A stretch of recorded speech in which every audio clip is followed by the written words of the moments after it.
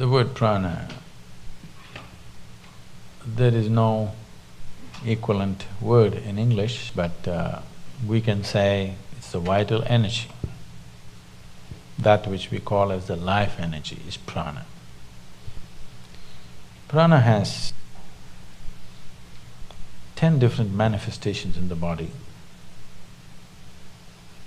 But for the sake of understanding, we'll bring it down to 5.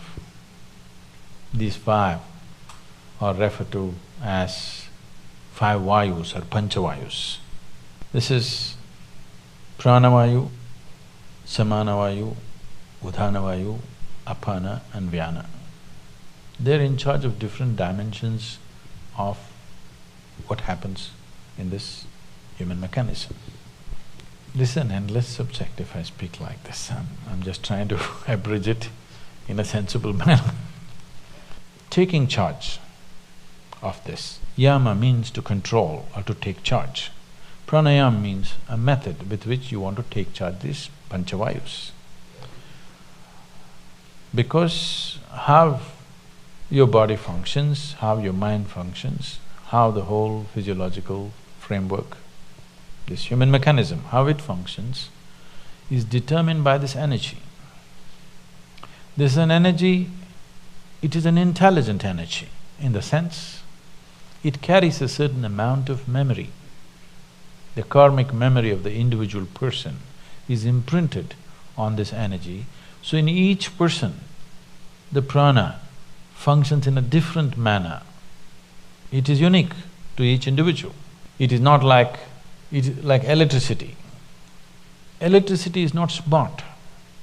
It can light up the the light bulb, it can run the camera, it can, run the air conditioning, it can do million things, but not because of its intelligence. It does the same thing, always. Because of a particular device, a certain thing happens. But now I'm talking about, this will happen in future, that you may have smart electricity. It is not far away. In the next 50 years, you may have smart energy, that the energy behaves in a particular way. You can make it behave in a certain way because you can imprint certain memory upon it.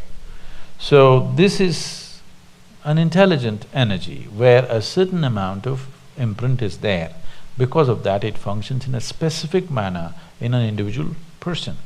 That is going into an extremely refined form of pranayama where we particularly design something for an individual person because he's in a certain way.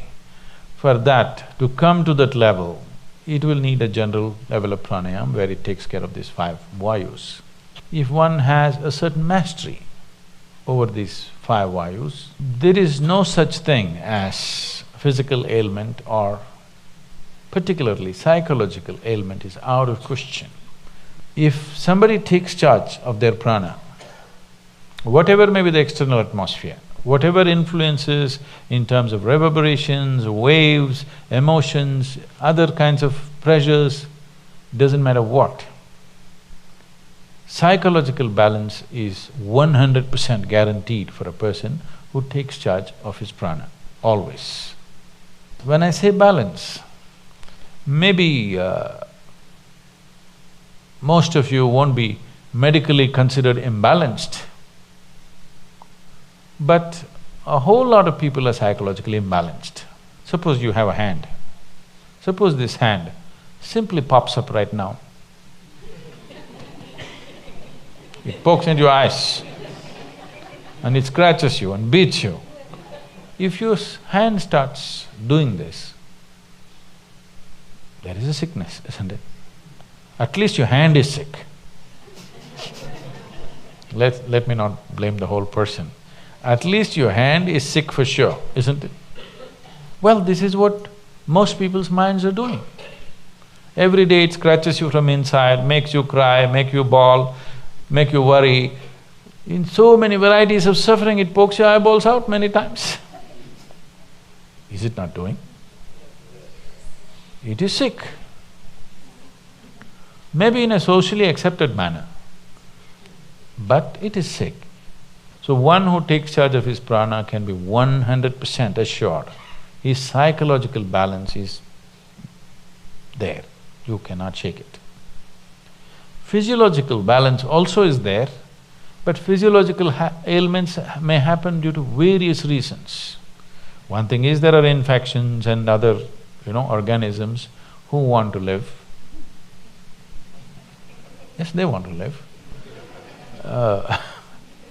Another thing is variety of chemicals and poisons and stuff we may swallow knowingly, unknowingly, and it can cause things. So physiological ailment is, I would say, 90% guaranteed that it won't happen.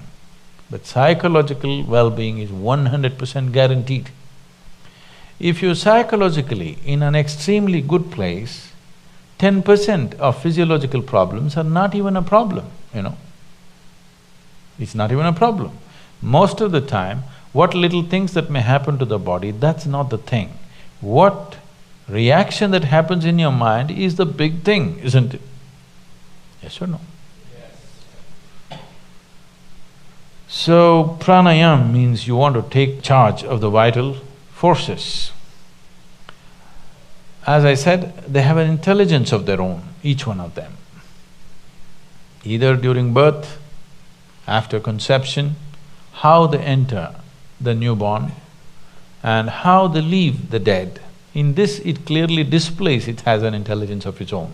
One may not notice this unless they become very conscious about these things. It's a world by itself, if you ask me. It takes a certain level of attention. The word attention may not go deep enough. I'm using the word attention because the other words are horribly corrupted. Awareness and this and that are badly corrupted. So I'm using the word attention, but the word attention is not suggesting what is needed. Just mental alertness is not enough. It has to become really attentive. If you make yourself like that, you know how these five are functioning.